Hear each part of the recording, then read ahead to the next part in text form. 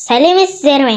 Мен тастан жақсылық Абай атамыздың білімдіден шыққан сөз өлеңін оқып беретін болам. Білімдіден шыққан сөз талаптыға болсын кез, нұрын сырын көруге көкірегінде болсын көз. Жүрек айна көңіл ояу, сөз тыңдамас ол баяу, өз өнер тұр таяу, ұқпасын ба сөзді тез. Әділет басқа ілер ме, сөзге жоқ келер ме, түзу сөзге сенер ме, түзелмесін білгеніз. Айтшы жылап жалынар, ұққыш жансып шабынар, ұқпай жатып жалығар.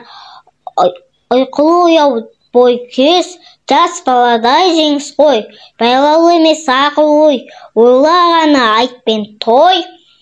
Ыржың қылжаң ит мінез, сұлу қызбен я батыр, болмаған соң тәңір алғыр, шығып кетер я қалғыр, оған ақыл арам бес.